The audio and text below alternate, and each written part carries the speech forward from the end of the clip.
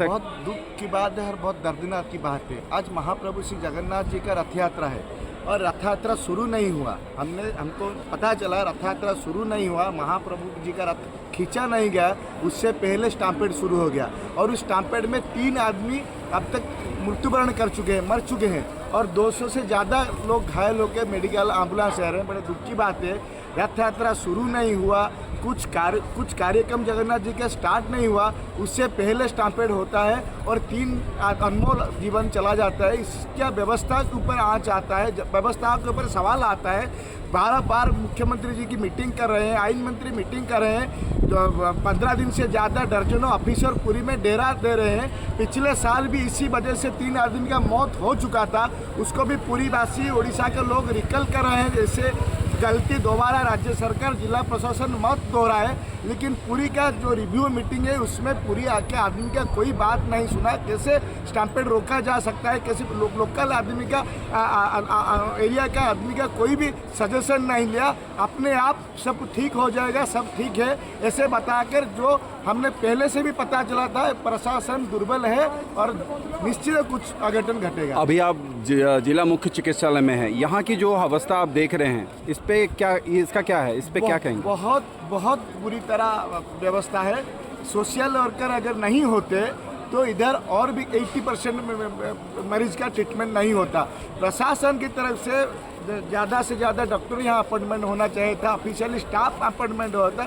Social worker तो उड़ीसा के विभिन्न स्थानों से आए हुए हैं, वो क्या करेंगे? वो सिर्फ स्ट्रेचर में एम्बुलेंस से मरीज को लेकर जो स्टैम्पेड में जख्मी हुए हैं उनको लेकर ठीक जाएंगे। कहाँ जाएंगे, किसके पास जाएंगे? डॉक्टर कहाँ पर है, कहाँ पर ट्रीटमेंट होगा, वो किसको कैसे उनको पता चलेगा? वो जो व्यवस्था है हेल्थ मिनिस्टर को बार बताया गया है कि वो इधर एक भी आप कोटेशन भी नहीं पाएंगे, एक भी लिखा नहीं पाएंगे इस तरफ जाने से ट्रीटमेंट होता है, इस तरफ जाने से ट्रेसिंग होता है, कुछ भी कैटलॉग नहीं लगा हुआ है।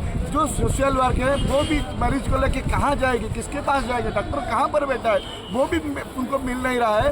तो बड़ी बुरी तरह की मेडिकल की व्यवस्था है और उड़ीसा के जगन्नाथ धाम पूरी की मेडिकल में रथ यात्रा लाखों 20 लाख से ज़्यादा आदमी है, लेकिन प्रशासन का ये जो अवहेला, चरम अवहेला है। ये पहली बार ऐसा हुआ होगा देखने में, इतने ज़्यादा जो तादाद है? ये पहली बार देखने में मिला कि 3 आदमी रथ खींचा होने से पहले स्टैम्पेड में मर चुके हैं और 200 से ज़्यादा घायल अभी आ रहे हैं। एम्बुलेंस का लाइन लगा हुआ है, ना ठीक से ट्रीटमेंट हो पा रहा है, ना मरीज को ठीक से बेड मिल पा रहा है। मैं लगभग रूम से निकलता हूँ 9 से 9:30 बजे, तो मैं सोचता हूँ कि रथ यात्रा, मेरा सपना था कि मैं जाकर के रथ का रास्ता चूँकि मैं उसी के लिए निकलता हूँ। जिस समय बारिश बंद होती है तो सारे रास्ते बंद कर रखे थे। रास्ते की सिर्फ दूरी थी 650 से 700 मीटर मंदिर तक की, और लेकिन उसी रास्ते को घुमा करके लगभग बना दिया गया था 7.5 से 8 किलोमीटर। सारे रास्ते बंद कर रखे थे, सिर्फ एक रास्ता खोला हुआ था। तो हम लोग उसी रास्ते से जाते हैं, तो उस रास्ते से जैसे हम आगे जाते हैं 2-3 मिनट बाद वहाँ पर भगदड़ मच जाती है। तो हम लोग सोचते हैं, मैंने देखा कि एक आंटी थी, उनके साथ एक लेडीज़ बेहोश थी, तो मैं उनको बचाने के चक्कर से मैं घेराव बना कर गया था। 2 लोग मेरे बराबर, जो मैं उसी रास्ते पर, जब ये घटना घटी आपकी मदद किसी ने नहीं की? कोई पुलिस वाला, कोई अधिकारी? नहीं, मदद करने के लिए सिर्फ एक आंध्रा का लड़का आया था और उस लड़के ने मुझे कम से कम 25 से 30 बार घसीटा था, और बल्कि वहाँ पर एक पुलिस वाला भी आया था। मुझे अच्छे से माइंड में आ रहा है, मैं उसका पैर पकड़ के जब आगे आने की कोशिश करा तो उसने मेरा हाथ छोड़ा दिया, पैर मत घसीटो। उसने हाथ 2-4 बार घसीटा, मैं बाहर नहीं, उसने छोड़ दिया।